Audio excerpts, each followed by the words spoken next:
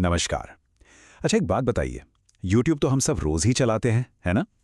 पर क्या कभी किसी ने सोचा है कि उस पेज के सबसे नीचे, जिसे हम बस स्क्रॉल करके पार कर जाते हैं, वहां क्या छिपा है? आज हम उसी फुटर की कहानी समझने वाले हैं।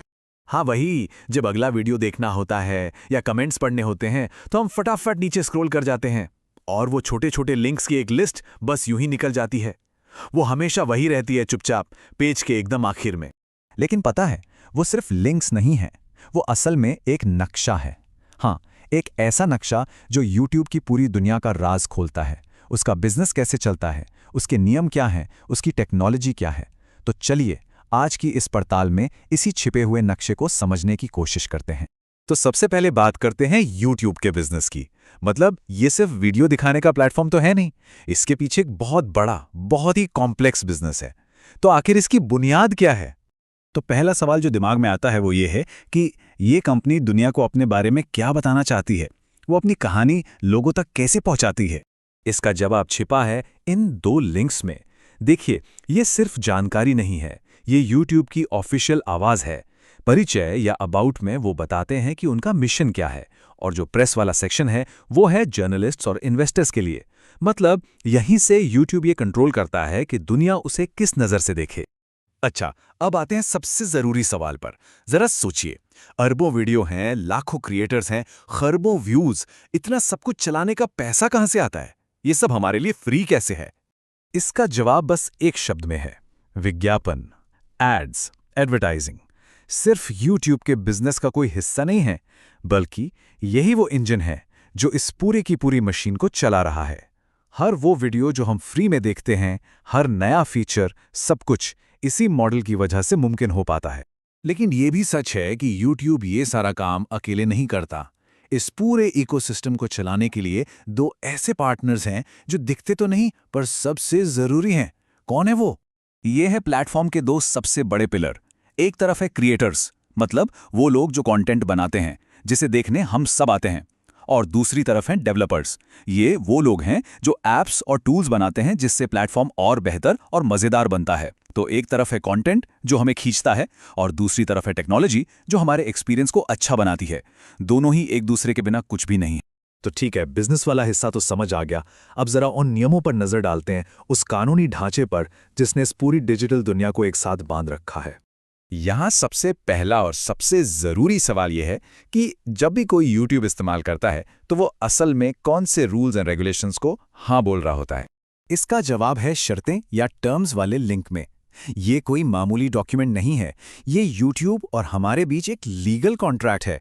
सोचिए, जब हम बिना पढ़े अग्री पर क्लिक कर देते हैं तो हम असल में प्लेटफॉर्म को अपने कंटेंट और अपने अकाउंट पर बहुत बड़ा कंट्रोल दे रहे होते हैं। एक और बहुत जरूरी सवाल उठता है, हमारी पर्सनल इंफॉर्मेशन का क्या? उसे कैसे हैंडल किया जाता है? और इतने बड़े प्लेटफॉर्म पर हमारी सेफ्टी की जिम्मेदारी किसकी है? इसका जवाब भी दो हिस्सों में मिलता है। प्राइवेसी पॉलिसी में ये साफ साफ लिखा होता है कि हमारे डेटा का इस्तेमाल कैसे होगा, और ये सीधे सीधे उनके एडवर्टाइजिंग बिजनेस से जुड़ा है। और सेफ्टी वाला जो हिस्सा है, वो उनकी जिम्मेदारी है कि ये प्लेटफॉर्म एडवर्टाइजर्स और हम जैसे यूजर्स दोनों के लिए सेफ रहे। ये सब भरोसे की बात है। अच्छा, पर उन क्रिएटर्स का क्या, जिन्होंने अपनी मेहनत से इस प्लेटफॉर्म को इतना बड़ा बनाया? उनके ओरिजिनल काम को, उनकी मेहनत को चोरी होने से कौन बचाता है? इसकी पूरी बुनियाद टिकी है एक चीज पर: कॉपीराइट। और ये सिर्फ कोई कानूनी शब्द नहीं है, ये पूरी की पूरी क्रिएटर इकोनॉमी की नींव है। यही कॉपीराइट क्रिएटर्स को हक देता है कि वो अपने काम से पैसे कमा सकें, और यही चीज उन्हें और अच्छा कंटेंट बनाने के लिए मोटिवेट करती है। चलो, बिजनेस और नियम तो समझ आ गए। अब ये देखते हैं कि ये प्लेटफॉर्म हम यूजर्स के लिए असल में काम कैसे करता है। कभी सोचा है वो क्या चीज है जो ये तय करती है कि हमें अगला वीडियो कौन सा दिखने वाला है? पर्दे के पीछे ऐसी कौन सी टेक्नोलॉजी है जो हमारे पूरे एक्सपीरियंस को कंट्रोल करती है? मजे की बात यह है कि YouTube खुद इसका एक बड़ा सीधा साधा जवाब देता है।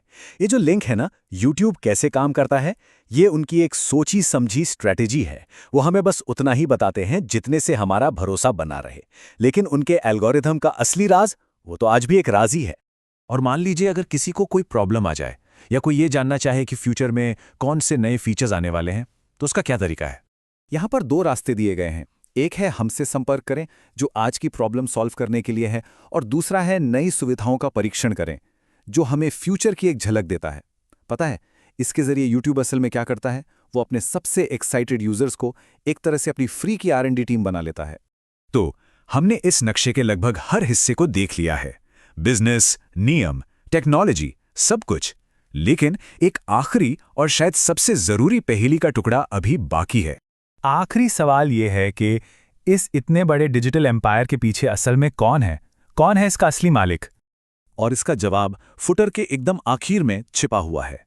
Copyright 2025 Google LLC। जी हां, YouTube कोई अकेली कंपनी नहीं, बल्कि गूगल का हिस्सा है। और ये एक छोटी सी लाइन इस पूरे प्लेटफॉर्म को दुनिया के सबसे बड़े डेटा, इंफ्रास्ट्रक्चर और एडवर्टाइजिंग नेटवर्क से जोड़ देती है।